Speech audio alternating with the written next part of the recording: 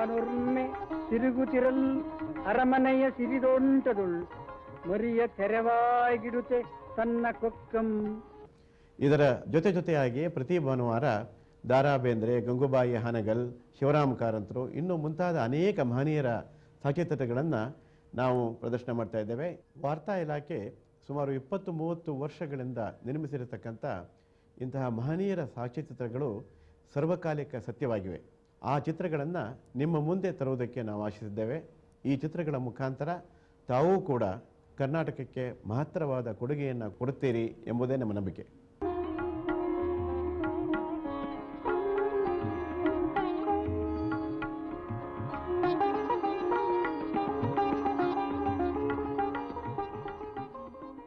ಶ್ರೀ ಕುವೆಂಪು ಅವರನ್ನು ನೆನೆಯುವುದು ಎಂದರೆ ಒಂದು ಯುಗ ನಿರ್ಮಾಪಕ ಸತ್ವವಾದ ಮಹಾಕವಿಯನ್ನು ನೆನೆಯುವುದು ಎಂದು ಮಾತ್ರವಲ್ಲ, ನನ್ನ ಮಟ್ಟಿಗೆ ಅವರು ಒಂದು ಉಜ್ವಲವಾದ ಗುರುಪರಂಪರೆಯ ಪ್ರತೀಕವಾಗಿ ನನ್ನಲ್ಲಿ ನೆಲೆಸಿದ್ದಾರೆ. ನನಗೆ ನಿರಂತರವಾಗ 5 ವರ್ಷಗಳ ಕಾಲ ಅವರ ವಿದ್ಯಾರ್ಥಿಯಾಗುವ ಒಂದು ಸೌಭಾಗ್ಯ ನನಗೆ ಒದಗಿತ್ತು. ಮಹಾರಾಜ ಕಾಲೇಜಿನಲ್ಲಿ ಅತ್ಯಂತ ಹತ್ತಿರದಿಂದ ಕೂತು ಅವರ ಪಾಠವನ್ನು ಕೇಳ್ತಾ ಈ ಜಗತ್ತಿನ ಎಲ್ಲ ಸಾಹಿತ್ಯ ಪರಂಪರೆಗಳಲ್ಲಿ ನಮ್ಮನ್ನು ಆ ಕುವೆಂಪುವರ ಬೋಧನೆ ಕರೆದುಕೊಂಡು ಹೋಗ್ತಾ ಇತ್ತು. ಹೀಗಾಗಿ ಕನ್ನಡ ವಿದ್ಯಾರ್ಥಿಗಳಿಗೆ ಕೇವಲ ಕನ್ನಡವಷ್ಟೇ ಸಾಲದು, ಅವರನ್ನು ಜಾಗತಿಕ ಪ್ರಜ್ಞೆಯ ವಿಸ್ತಾರದಲ್ಲಿ ಅರಳಿಸಬೇಕು ಅನ್ನುವುದು ಕುವೆಂಪುವರ ಮುಖ್ಯ ಉದ್ದೇಶವಾಗಿತ್ತು. ಹೀಗಾಗಿ ಕುವೆಂಪುವರ ಒಂದು ವಿಶ್ವಾತ್ಮಕವಾದ ಒಂದು ದೃಷ್ಟಿಕೋನದ ಮಾರ್ಗದರ್ಶನದಲ್ಲಿ ನಾನು ನನ್ನಂಥ ಅಸಂಖ್ಯ ವಿದ್ಯಾರ್ಥಿಗಳು ನಮ್ಮ ದಾರಿಯನ್ನು ನಾವು ಕಂಡುಕೊಂಡಿದ್ದೇವೆ.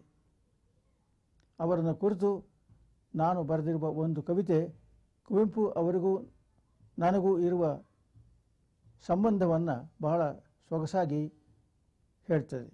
ಆ ಕವಿತೆ ಹೀಗಿದೆ: ನಿಶ್ಶಬ್ದದಲ್ಲಿ ನಿಂತು ನೆನೆಯುತ್ತೇನೆ ನಿಮ್ಮಿಂದ ನಾ ಪಡೆದ ಹೊಸ ಹುಟ್ಟುಗಳ ಗುಟ್ಟುಗಳ. ನೀವು ಕಲಿಸಿದಿರಿ ನನಗೆ ತಲೆ ಎತ್ತಿ ನಿಲ್ಲುವುದನ್ನು, ಕಿರುಕುಳಗಳಿಗೆ ಜಗ್ಗದೆ ನಿರ್ಭಯವಾಗಿ ನಡೆಯುವುದನ್ನು, ಸದ್ದಿರದೆ ಬದುಕುವುದನ್ನು. ಎಷ್ಟೊಂದು ಕೀಲಿ ಕೈಗಳನ್ನು ದಾನ ಮಾಡಿದ್ದೀರಿ ವಾತ್ಸಲ್ಯದಿಂದ, ನಾನರಿಯದ ಅನೇಕ ಬಾಗಿಲುಗಳನ್ನು ತೆರೆದಿದ್ದೀರಿ ನನ್ನೊಳಗೆ. ಕಟ್ಟಿ ಹರಿಸಿದ್ದೀರಿ ಕನ್ನಡದ ಕಂಕಣವನ್ನು ಕೈಗೆ. ಸದ್ದು ಗದ್ದಲದ ತುತ್ತೂರಿ ದನಿಗಳಾಚೆಗೆ ನಿಂತು ನಿಶ್ಶಬ್ದದಲ್ಲಿ ನೆನೆಯುತ್ತೇನೆ ಗೌರವದಿಂದ. ನಕ್ಷತ್ರ ಖಚಿತ ನಭವಾಗಿ ತಬ್ಬಿಕೊಂಡಿದ್ದೀರಿ ನನ್ನ ಸುತ್ತ. ಪಟ ಬಿಚ್ಚಿ ದೋಣಿಯನ್ನೇರಿ ಕುಳಿತಿದ್ದೇನೆ ನೀವಿತ್ತ ಹೊಸ ಹುಟ್ಟುಗಳ ಹಾಕುತ್ತ. ಭಾರತ ಜನನೀಯ ತನುಜಾತೆ ಜಯ ಹೇ ಕರ್ನಾಟಕ ಮಾತೆ. ಶಂಕರ ರಾಮಾನುಜ ವಿದ್ಯಾರಣ್ಯ ಬಸವೇಶ್ವರರಿಹ ದಿವ್ಯಾರಣ್ಯ. ಭಾರತ ಜನನೀಯ ತನುಜಾತೆ ಜಯ ಹೇ ಕರ್ನಾಟಕ ಮಾತೆ.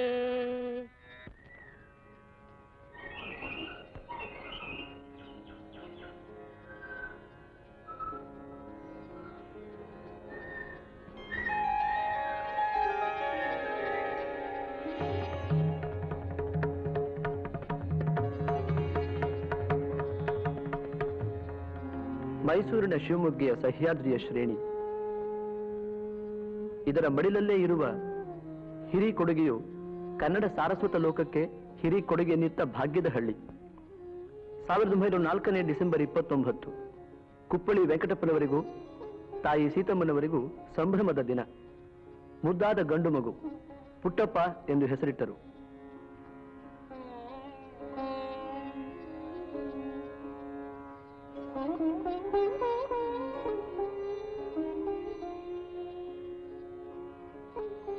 ತಾಯಿಯ ತವರು ಮನೆಯಲ್ಲಿ ಹುಟ್ಟಿದರೂ ಕವಿ ಬೆಳೆದದ್ದು ಹತ್ತಿರದ ಕುಪ್ಪಳಿಯಲ್ಲಿ.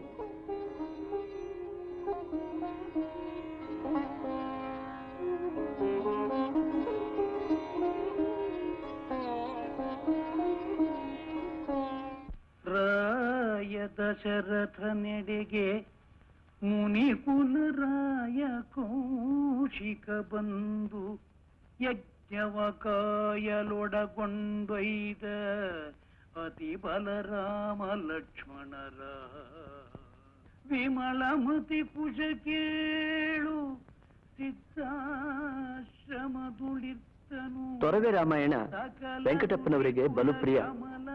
ಅದರ ವಾಚನ ಆಗಾಗ ಮಗುವಿನ ಕಿವಿಗೂ ಬೀಳುತ್ತಿತ್ತು. ಮಿತ್ರ ನೀಚೆಯಲ್ಲಿ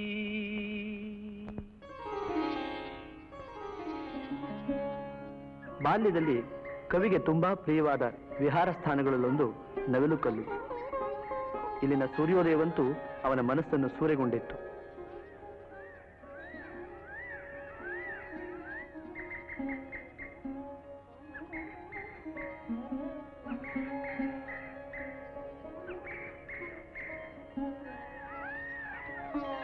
ಈ ಸಹ್ಯಾದ್ರಿಯ ಶಿಶುವಿಗೆ ನಿಸರ್ಗದ ಮತ್ತೊಂದು ಆಕರ್ಷಣೆ ಸಿಬ್ಬಲುಗುಡ್ಡೆ. ಇಲ್ಲಿನ ಮೀನುಗಳೊಂದಿನ ಚಿನ್ನಾಟ ಅವನಿಗೆ ಮಹಾ ಮೋಜು ತರುತ್ತಿತ್ತು.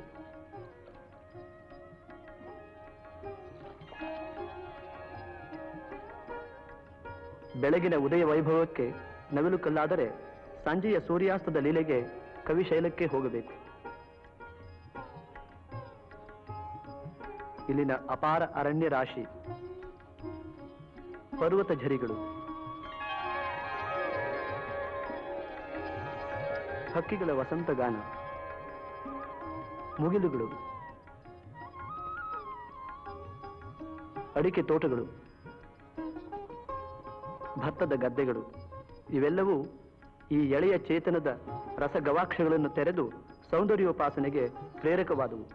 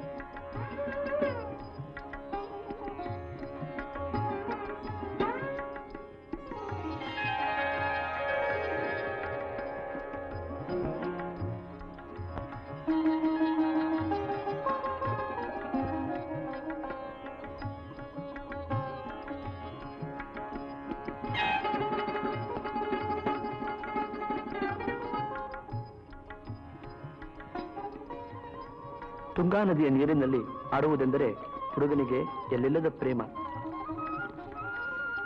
ಮಲೆನ ಭಾವನೆಗಳು ತುಂಗೆಯ ಮರಳಿನಲ್ಲಿ ಬೆರಳಾಡಿಸುತ್ತಿದ್ದವು.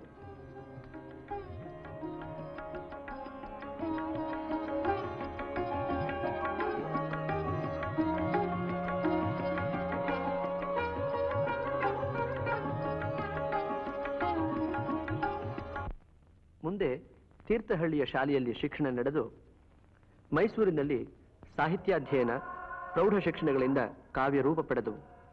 ಶ್ರೀರಾಮಕೃಷ್ಣಾಶ್ರಮದ ಸ್ವಾಮಿ ಸಿದ್ದೇಶ್ವರಾನಂದರು ವಾತ್ಸಲ್ಯದಿಂದ ಆರೈಕೆ ಮಾಡಿದರಲ್ಲದೆ ಇವರನ್ನು ದಕ್ಷಿಣೇಶ್ವರಕ್ಕೂ ಕರೆದೊಯ್ದರು. ಭಗವಾನ್ ಶ್ರೀರಾಮಕೃಷ್ಣರ ಅಂತರಂಗದ ಶಿಷ್ಯರಾದ ಸ್ವಾಮಿ ಶಿವಾನಂದರಿಂದ ಮಂತ್ರ ದೀಕ್ಷೆಯನ್ನು ಕೊಡಿಸಿದರು.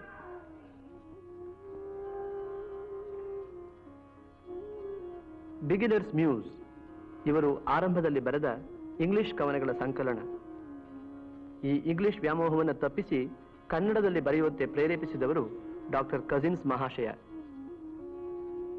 ಅದರ ಪರಿಣಾಮವಾಗಿ ಇವರ ಲೇಖನಿ ಅರಳಿಸಿದ ಪ್ರಥಮ ಕಾವ್ಯ ಅಮಲನ ಕಥೆ. ಮೈಸೂರಿನ ಮಹಾರಾಜ ಕಾಲೇಜು, ಕುವೆಂಪು ಎಂಬ ಕಾವ್ಯನಾಮದಿಂದ ವಿಖ್ಯಾತರಾದ ಡಾಕ್ಟರ್ ಕೆ ವಿ ಪುಟ್ಟಪ್ಪನವರ ಉನ್ನತ ವ್ಯಾಸಂಗ ನಡೆದದ್ದು ಇಲ್ಲೇ.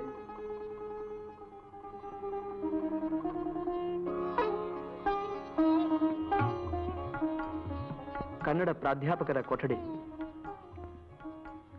ಕನ್ನಡದ ಪ್ರಾಚಾರ್ಯರಾದ ಟಿ.ಎಸ್. ವೆಂಕಣ್ಣಯ್ಯ, ಬಿ.ಎಂ. ಶ್ರೀಕಂಠಯ್ಯ ಹಾಗೂ ಎ.ಆರ್. ಕೃಷ್ಣಶಾಸ್ತ್ರಿಗಳು ಇವರ ಕಾವ್ಯ ಪ್ರತಿಭೆಯನ್ನು ಗುರುತಿಸಿ ಪ್ರೋತ್ಸಾಹಿಸಿದರು. ಮಹಾರಾಜ ಕಾಲೇಜಿನಲ್ಲಿ ವಿದ್ಯಾರ್ಥಿಯಾಗಿ, ಅಧ್ಯಾಪಕರಾಗಿ, ಪ್ರಾಧ್ಯಾಪಕರಾಗಿ, ಪ್ರಿನ್ಸಿಪಾಲರು ಆದರು. ಜೊತೆಗೆ ಸೃಷ್ಟಿ ಕಾರ್ಯ ಸಾಹಿತ್ಯದ ಎಲ್ಲ ಪ್ರಕಾರಗಳಲ್ಲೂ ಸಾಗಿತು. ಕೊಳಲು, ನವಿಲು, ಚಿತ್ರಾಂಗದ, ಹೀಗೆ ಕವನ ಸಂಕಲನಗಳ ಮೇಲೆ ಕವನ ಸಂಕಲನ. ರಕ್ತಾಕ್ಷಿ, ಬಿರುಗಾಳಿ, ಬೆರಳಿಗೆ ಕೊರಳ್, ನಾಟಕದ ಮೇಲೆ ನಾಟಕ ಕವಿಮನದಿಂದ ಮೂಡಿ ಬಂದವು. ನಾಡಿನ ಸ್ವಾತಂತ್ರ್ಯ ಸಮರದ ಕಡೆಗೂ ಕವಿ ಹೃದಯ ಓಗೊಟ್ಟಿತು. ಪಾಂಚಜನ್ಯ ಮೊಳಗಿತು. ಅದನ್ನು ಕವಿವಾಣಿಯಲ್ಲೇ ಕೇಳಬೇಕು. ನಡೆ ಮುಂದೆ, ನಡೆ ಮುಂದೆ, ನುಗ್ಗಿ ನಡೆ ಮುಂದೆ, ಜಗ್ಗದೆಯೇ ಕುಗ್ಗದೆಯೇ ಹಿಗ್ಗಿ ನಡೆ ಮುಂದೆ. ಪ್ರೇಮ ಕಾಶ್ಮೀರ, ಚಂದ್ರಮಂಚಿಗೆ ಬಾಚಕೋರಿ, ಅನುತ್ತರ ಕವನ ಸಂಕಲನಗಳಲ್ಲಿ ಚಿರನೂತನ ಪ್ರಣಯ ವಿಶಿಷ್ಟ ಅಭಿವ್ಯಕ್ತಿ ಪಡೆದಿದೆ.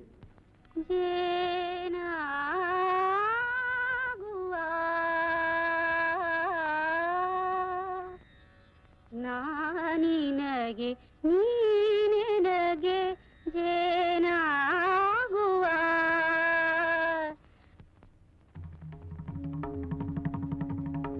ವಾಸ್ತವಿಕ ಜೀವನದ ಭಯಾನಕ ಸತ್ಯಗಳ ಬಗ್ಗೆಯೂ ಈ ಕವಿ ಕಣ್ಮುಚ್ಚಿಲ್ಲ.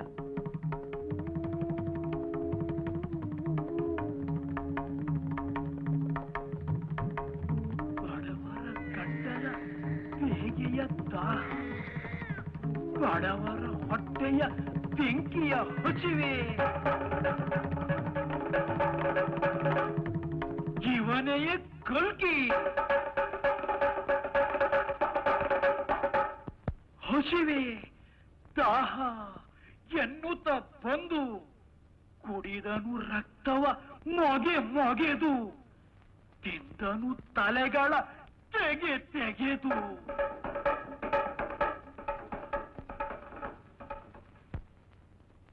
ಕನ್ನಡದ ಕಂದಮ್ಮಗಳನ್ನು ಈ ಕವಿ ಮರೆಯಲಿಲ್ಲ ಎನ್ನುವುದಕ್ಕೆ ಕಿಂದರಿ ಜೋಗಿಯಂತಹ ಕವನಗಳೇ ಸಾಕ್ಷಿ.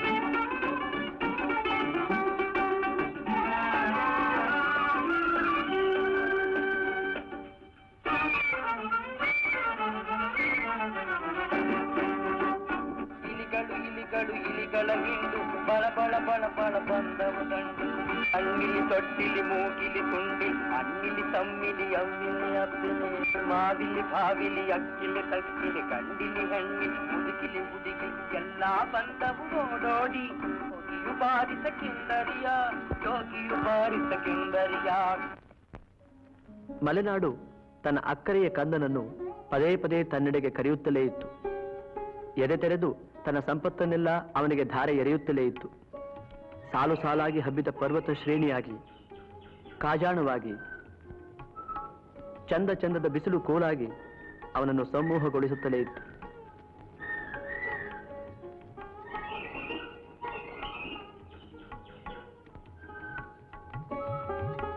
ನವಿಲು ಕಲ್ಲು ನೆತ್ತಿಯನ್ನು ಹತ್ತಿ ನಿಂತಾಗ ಸುತ್ತಣ ಪ್ರಕೃತಿ ದೃಶ್ಯಗಳನ್ನು ವಿಸ್ಮಯದ ಕಣ್ಣುಗಳಿಂದ ಕವಿ ನೋಡುತ್ತಿದ್ದನು.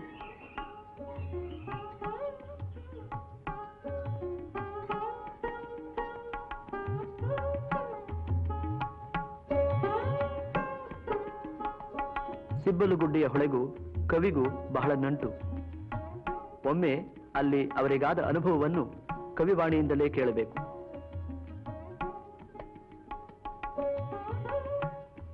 ಸಿಬ್ಬಲುಗುಡ್ಡೆಯ ಹೊಳೆಯಲ್ಲಿ ಮೀಯುತ ಕವಿಮನನಾಕದೆ ನೆಲೆಸಿತ್ತು. ಸೃಷ್ಟಿಯ ರಚನೆಯ ಚಂದಕ್ಕೆ ಕುಶಲಕ್ಕೆ ಚಿರಚೇತನ ತಾನಿಹನೆಂಬಂದದಿ, ಬೆಳ್ಳಕ್ಕಿಯ ಹಂತಿಯ ನೆವದಿ ದೇವರು ರುಜು ಮಾಡಿದನು. ರಸವಶನಾಗುತ್ತ ಕವಿ ಅದ ನೋಡಿದನು.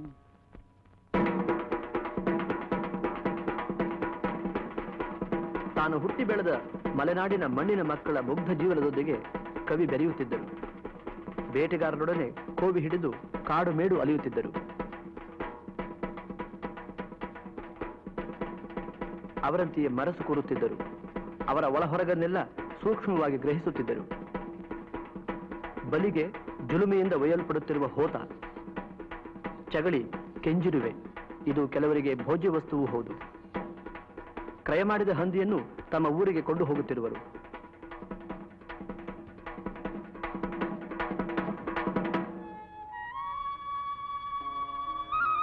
ಅಡಿಕೆ ಮಲೆನಾಡಿನ ಮುಖ್ಯ ಬೆಳೆ.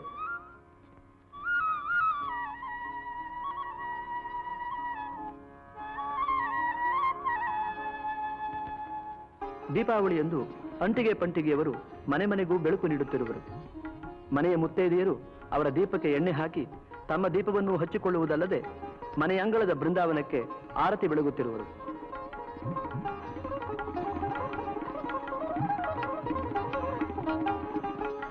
ಹೊಂಡದಲ್ಲಿ ಮೀನು ತೊಣಕುತ್ತಿರುವರು.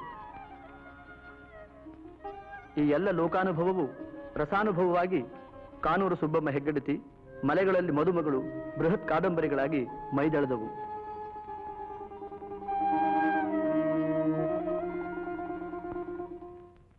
ಅನಂತರ ಮೈಸೂರು ವಿಶ್ವವಿದ್ಯಾನಿಲಯದ ಉಪಕುಲಪತಿಗಳಾಗಿ ಸಮರ್ಥ ಆಡಳಿತ ನಡೆಸಿದರು. ಬೋಧನಾಂಗ, ಸಂಶೋಧನಾಂಗ, ಪ್ರಸಾರಾಂಗಗಳು ಪ್ರತ್ಯೇಕ ವಿಭಾಗಗಳಾಗಿ ಬೆಳೆಯುವಂತೆ ಮಾಡಿದರಲ್ಲದೆ ಕನ್ನಡಕ್ಕೆ ನ್ಯಾಯವಾದ ಸ್ಥಾನಮಾನ ಗಳಿಸಲು ವಿಶೇಷವಾಗಿ ಶ್ರಮಿಸಿದರು. ಕನ್ನಡಕ್ಕಾಗಿ ಕೈ ಎತ್ತು, ನಿನ್ನ ಕೈ ಕಲ್ಪವೃಕ್ಷವಾಗುವುದು. ಕನ್ನಡಕ್ಕಾಗಿ ಕೊರಳೆತ್ತು, ಅಲ್ಲಿ ಪಾಂಚಜನ್ಯ ಮೊಳಗುವುದು ಎಂದು ಇಡೀ ಕನ್ನಡ ನಾಡಿಗೆ ಕರೆಯಿತ್ತರು.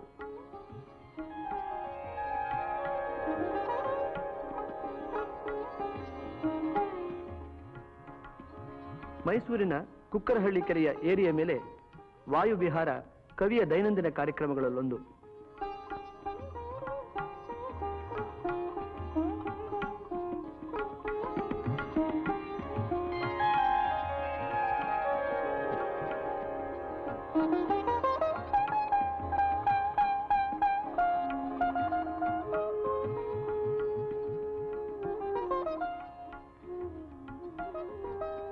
ಎಲ್ಲ ಸ್ನಾತಕೋತ್ತರ ಶಾಖೆಗಳನ್ನು ಒಂದೇ ವಿಶಾಲವಾದ ಪ್ರದೇಶದಲ್ಲಿ ಸ್ಥಾಪಿಸುವ ಕನಸು ಕಾಣುತ್ತಿದ್ದಾರೆ ಉಪಕುಲಪತಿ.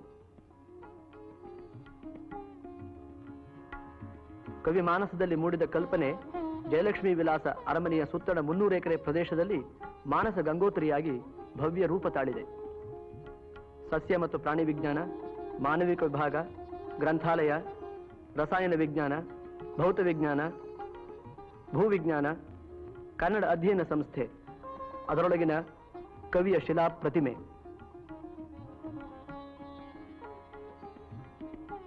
ಉದಯರವಿ ಮೈಸೂರು ನಗರದ ವಾಣಿವಿಲಾಸ ಬಡಾವಣೆಯಲ್ಲಿರುವ ಕವಿಯ ನಿವಾಸವು ಒಂದು ಪುಟ್ಟ ನಂದನ.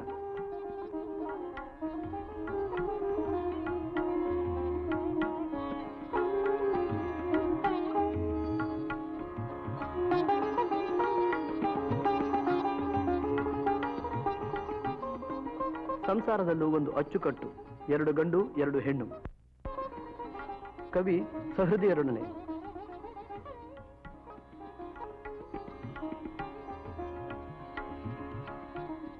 ಶ್ರೀ ಕುವೆಂಪು ಅವರ 9 ವರ್ಷಗಳ ಅಖಂಡ ತಪಸ್ಸಿನ ಫಲ ಶ್ರೀ ರಾಮಾಯಣ ದರ್ಶನಂ ಮಹಾಕಾವ್ಯ.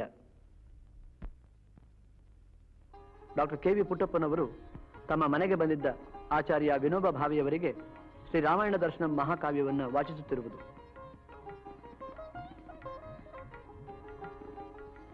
ಮತ್ತೊಮ್ಮೆ ರಾಮಾಯಣದ ಹಸ್ತಪ್ರತಿಯ ಸಾಲುಗಳಲ್ಲಿ ಕವಿ ತಲ್ಲೀನರಾಗಿದ್ದಾರೆ.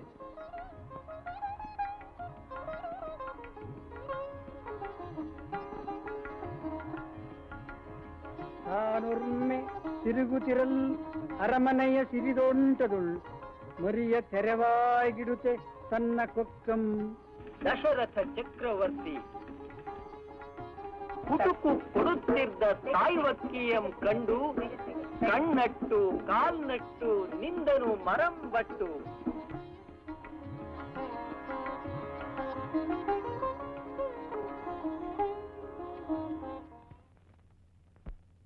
ತೊಲಗಾಚ ಕೀರ್ತಿಶನಿ ಎಂದು ಧಿಕ್ಕರಿಸಿದ ಈ ಕವಿಗೆ ಕೀರ್ತಿಸಿರಿ ಸನ್ಮಾನಗಳು ತಾವಾಗಿಯೇ ಅರಸುತ್ತ ಬಂದವು.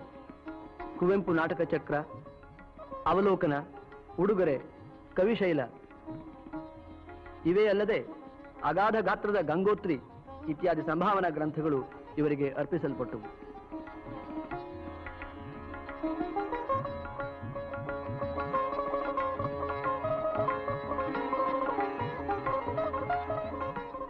ಭಾರತೀಯ ಜ್ಞಾನಪೀಠ ಪ್ರಶಸ್ತಿ, ಪದ್ಮಭೂಷಣ, ಗೌರವ ಡಾಕ್ಟರೇಟ್, ಸಾಹಿತ್ಯ ಅಕಾಡೆಮಿ ಪ್ರಶಸ್ತಿಗಳನ್ನಿತ್ತುದಲ್ಲದೆ ರಾಷ್ಟ್ರಕವಿ ಎಂದು ನಾಡಿಗೆ ನಾಡೇ ಇವರನ್ನು ಗೌರವಿಸಿತು.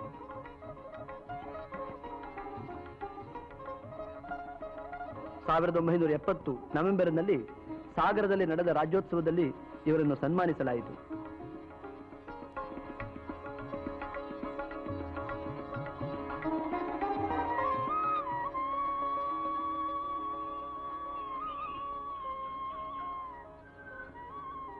ಕುಪ್ಪಳಿ ಮನೆಗೆ ಒತ್ತಿದಂತಿರುವ ಕವಿಶೈಲಕ್ಕೆ ಕವಿ ಮತ್ತೊಮ್ಮೆ ಬಂದಿದ್ದಾರೆ.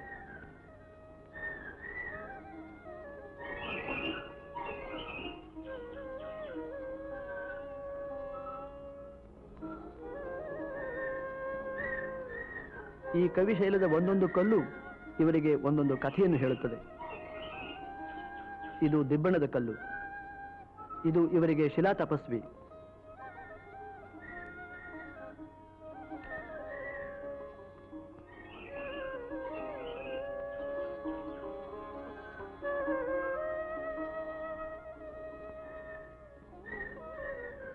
ತಾನು ಸೃಷ್ಟಿಸಿದ ಕಾವ್ಯ, ಕಾದಂಬರಿ, ನಾಟಕ, ಸಣ್ಣ ಕಥೆ, ವಿಮರ್ಶೆಗಳ ಬಗೆಗೆ ಇಂದು ಅತುಳ ತೃಪ್ತಿ ಇವರ ಅಂತಃಕರಣವನ್ನು ತುಂಬಿದೆ.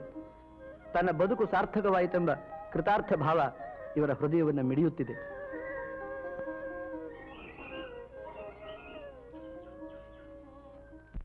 ನಾಧನ್ಯ ನಾಧನ್ಯ ನಾಧನ್ಯನಿಂದು ಆತ್ಮದಾನಂದದಲ್ಲಿ ಮುಳುಮುಳುಗಿ ಮಿಂದು ನಾಧನ್ಯ ನಾಧನ್ಯ ನಾಧನ್ಯನಿಂದು. 1970 ಡಿಸೆಂಬರ್ 29. ಇಂದು 66 ತುಂಬಿದರೂ ಮುಪ್ಪರಿಯದ ಇವರ ಕಾವ್ಯವಾಹಿನಿ ತುಂಗಾ ಸಲಿಲದಂತೆ ನಿರ್ಮಲವಾಗಿ ಪ್ರವಹಿಸುತ್ತಿದೆ, ಅವ್ಯಾಹತವಾಗಿ, ಅನಂತವಾಗಿ.